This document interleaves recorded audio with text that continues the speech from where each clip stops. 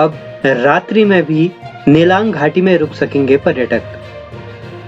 भारत चीन अंतर्राष्ट्रीय सीमा पर स्थित छोटा लद्दाख कहे जाने वाली नेलांग घाटी में पहले पर्यटक इनर लाइन बाध्यताओं के चलते रात्रि विश्राम नहीं कर सकते थे, लेकिन अब पर्यटक यहां पर रात्रि विश्राम कर पाएंगे। इसके लिए गंगोत्री नेशनल पार्क ने तैयारी शुरू कर दी है। भैरव घाटी और नेलांग के बीच गंगोत्री नेशनल पार्क 2 स्थानों पर कारछा और चोरगाड़ में टेंट कॉलोनी का निर्माण कराएगी, जिसके लिए पार्क प्रशासन की ओर से 20 लाख का प्रारंभिक आगणन तैयार किया गया है। भारत चीन अंतर्राष्ट्रीय सीमा पर स्थित नेलांग घाटी में इनर लाइन बाध्यताओं के कारण वहां पर आवाजाही बंद थी, जिसे वर्ष 2015 में भारत सरकार की ओर से पर्यटन के दृष्टिकोण से खोला गया। नेलांग तक भारतीय पर्यटकों को जिला प्रशासन और गंगोत्री नेशनल पार्क की अनुमति से जाने दिया जाता है। नेलांग से आगे सुरक्षा के दृष्टिकोण से पर्यटकों को नहीं जाने दिया जाता है। नेलांग तक भी पर्यटकों को मात्र दिन में ही जाने की अनुमति है। रात्रि में यहाँ पर पर्यटक नहीं जा सकता।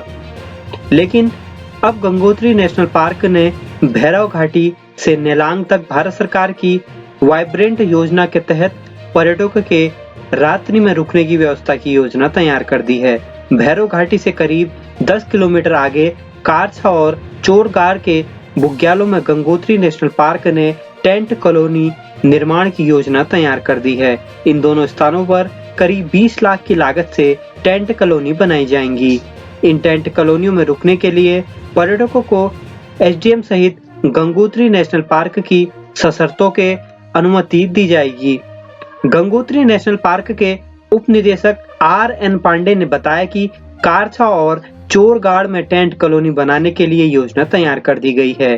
सुरक्षा के साथ ही वाइब्रेंट विलेज योजना के तहत क्षेत्र में पर्यटन को बढ़ाने के लिए पार्क प्रशासन ने यह निर्णय लिया है। इसके साथ ही टेंट का संचालन पार्क प्रशासन स्वयं करेगा, जिसके लिए कि पार्क प्रशासन की आय का एक अन्य स्रोत बढ़ेगा। आशीष मिश्रा की रिपोर्ट। निलोंग वैली को जाना जाता है उसकी सुंदरता की वजह से, इसको हम लोग तिब्बती प्लेटो भी कहते हैं या तिब्बती पठार क्षेत्र भी कहते हैं। इसकी सिमिलरिटी लेह लद्दाख के साथ में या लाहौल स्पीति के साथ में की जाती है।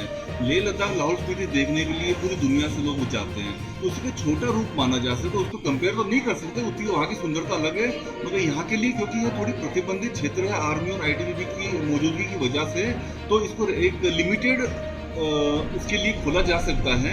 एक थोड़ा सा एरिया को चिन्हित करके वहाँ पे टेंटेड कॉलोनी बनाई जाए, तो वहाँ पे काफ़ी लोग जो मैं समझता हूँ इच्छा रखते हैं यहाँ पे आने के रहने की। मेरे पास भी रेगुलरली ग्रुप्स आते हैं, वो ये चाहते हैं कि सर प्लीज़ एक नाइट वहाँ पे अगर पॉसिबल हो सकता है तो आनंद आ जाएगा, क्योंकि वहाँ से जो आसमान दिखता है, जो सुंदरता आसमान की दिखती है, नीला आसमान जो दिन में दिखता है और रात को जो तारे दिखते हैं, आकाश गंगा नंगी आंखों से देखा जा सकता है। प्लस फ्लोरा फाउना वहाँ पे बहुत तादाद के अंदर है, तो एक अच्छा अनुभव यात्री वापस लेके जा सकते हैं और एक अच्छा डेस्टिनेशन के रूप में उभर सकता है, क्योंकि यहाँ पे गंगोत्री एरिया से गंगोत्री मंदिर की वजह से ही जाना जाता है। निलोंग वैली एक वैकल्पिक पर्यटक स्थल बन सकता है हमारे गंगोत्री के अलावा इस क्षेत्र में। गंगोत्री राष्ट्रीय पार्क में जो है टेंट कॉलोनी लगा करके पर्यटकों को सुविधा देने हेतु एक विचार आया है, जिसमें प्रस्ताव मेरे द्वारा तैयार किया गया है।